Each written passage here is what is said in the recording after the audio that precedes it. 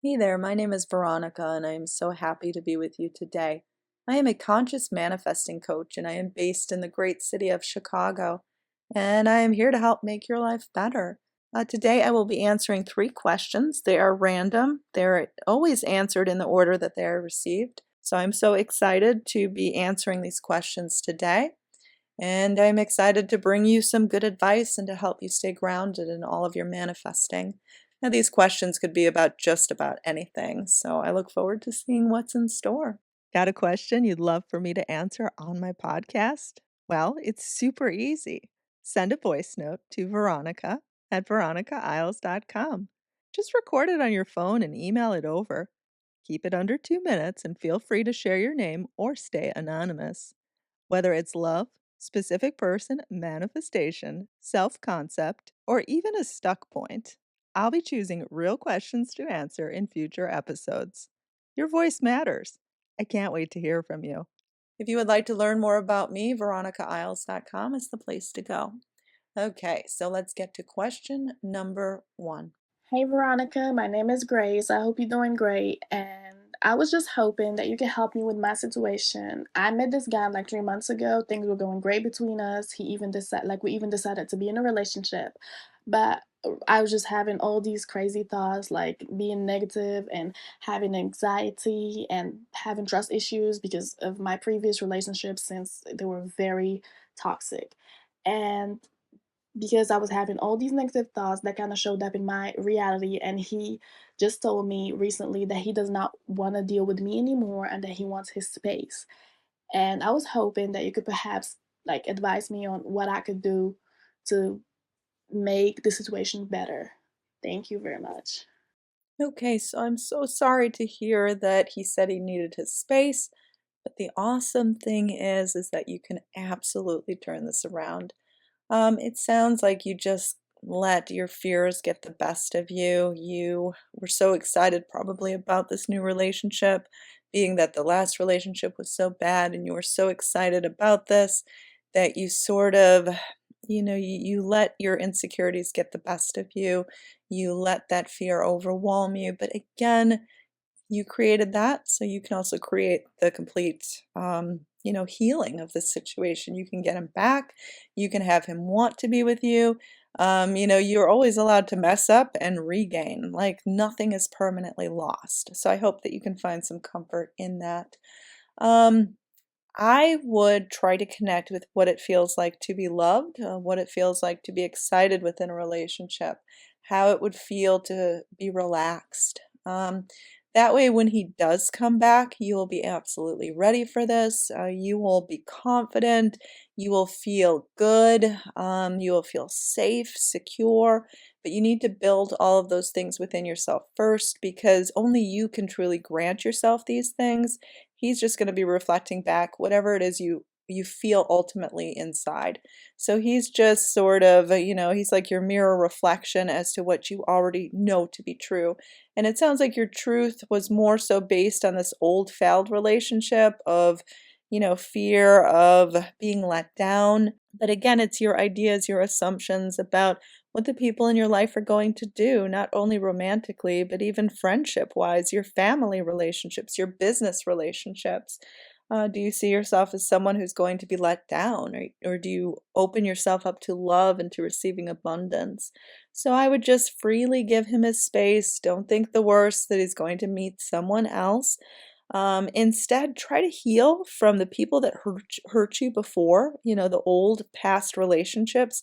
Try to find healing within that while you have this time apart from this new person and connect with the love. Connect with what it felt like to have him want you, to want to be in a relationship with you. And try not to rehash the moments when he said, that he doesn't want to deal with you anymore. Try not to rehash those moments.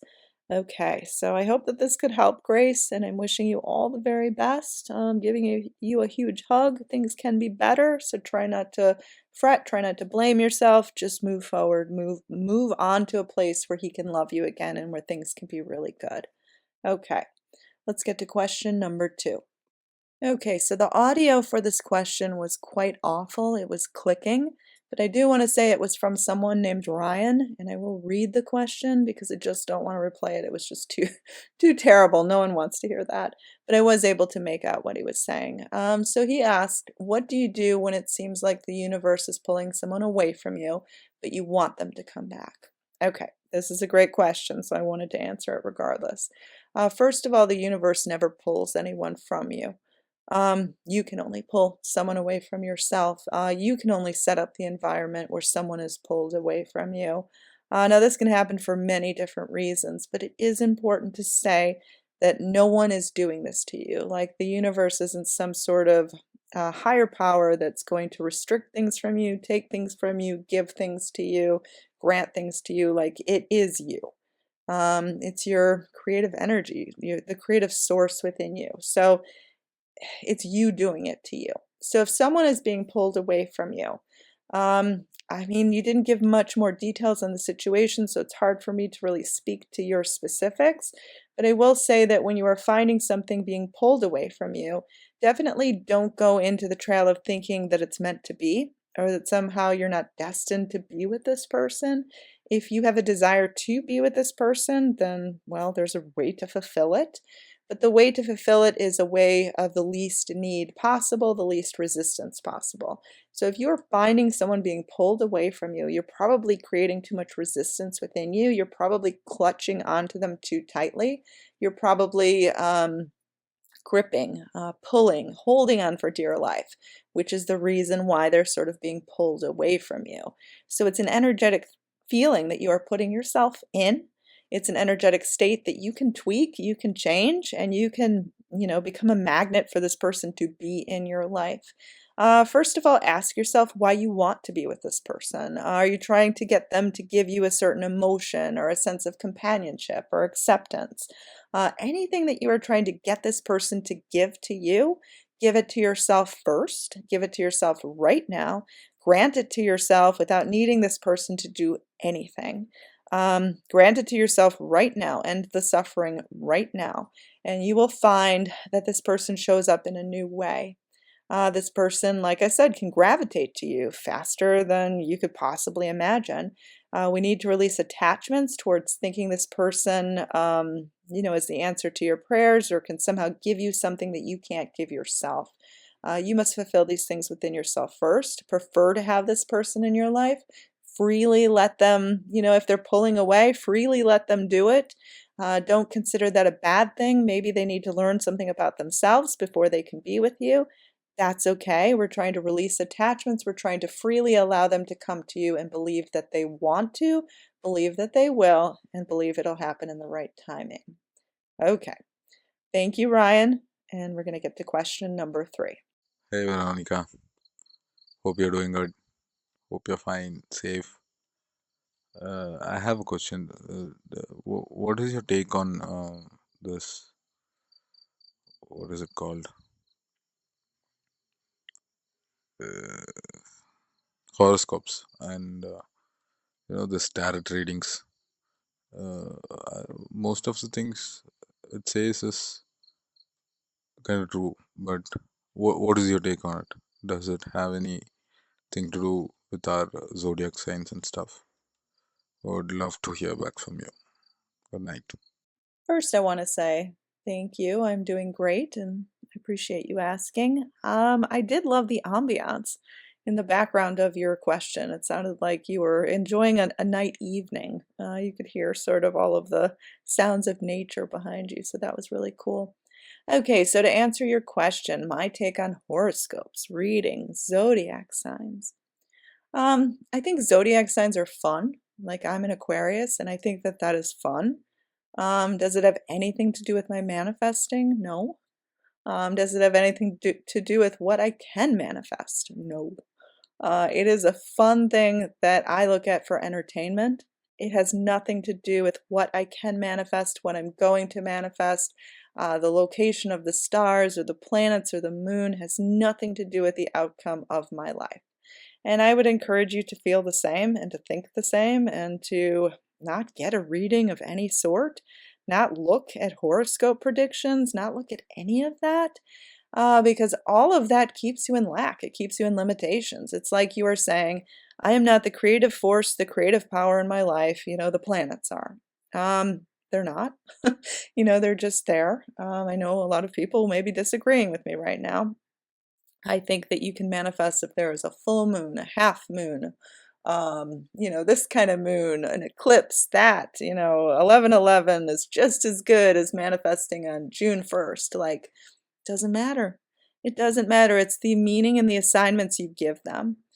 So if you are all believing in a horoscope, believing in an astrological reading, and you get a bad one, then you're going to feel like you can't have something, which you actually can have. You're holding it back from yourself. You're limiting yourself. You're asking other people for advice on, what you can manifest and if you are manifesting properly. All of those answers are from within. All of those answers are inside of you. You are manifesting whatever it is you are focusing on, and you are at your core abundance. So you can have anything, be anything, do anything, create anything. Whether or not, the stars are lined up this way or that way, it doesn't matter. All of those things keep you in lack, they keep you in limitation, they keep you held back. So it is up to you to believe that none of that matters. To again just kind of focus on what does matter, which is your inner state, your feelings, your beliefs, your assumptions. That is what is going to make you a master manifester and able to pretty much have anything. Okay. So I hope this helped. I have a lot to say on that subject, so I was really excited when I listened to this question. All right, I'm Veronica. VeronicaIsles.com is where you can learn more about me and work with me one-on-one. Do subscribe to my YouTube channel. Submit a voice note to me. I'm happy to answer your question. I answer them all. Look forward to the next podcast, and I'm wishing you the best. And just a quick heads up, in honor of my 10-year anniversary on YouTube, early bird pricing is still available for my deluxe specific person workshop. It's my most comprehensive manifestation experience ever. And starting on August 21st, brand new materials begin rolling out weekly. Things like MP3 coaching lectures, daily self concept affirmations, customizable scripting templates, and so much more. You can still join at the special early bird rate, but only for a limited time. So click on the link in the show notes or visit veronicaisles.com/deluxesp to grab your spot. This is your invitation to shift your energy, your story, and your love life completely. And next up, we're getting into the real stuff. If you're trying to manifest an ex and keep spiraling in what went wrong, feeling like someone else is winning their attention, or you just would like to be wanted, chosen, and treated like the priority in love by your specific person, well, you need to watch this next video because we are talking about how to dissolve competition, rewrite old stories, and to become the one they crave and commit to. So click here to watch now. I'll meet you there. Let's shift it all. You can do it.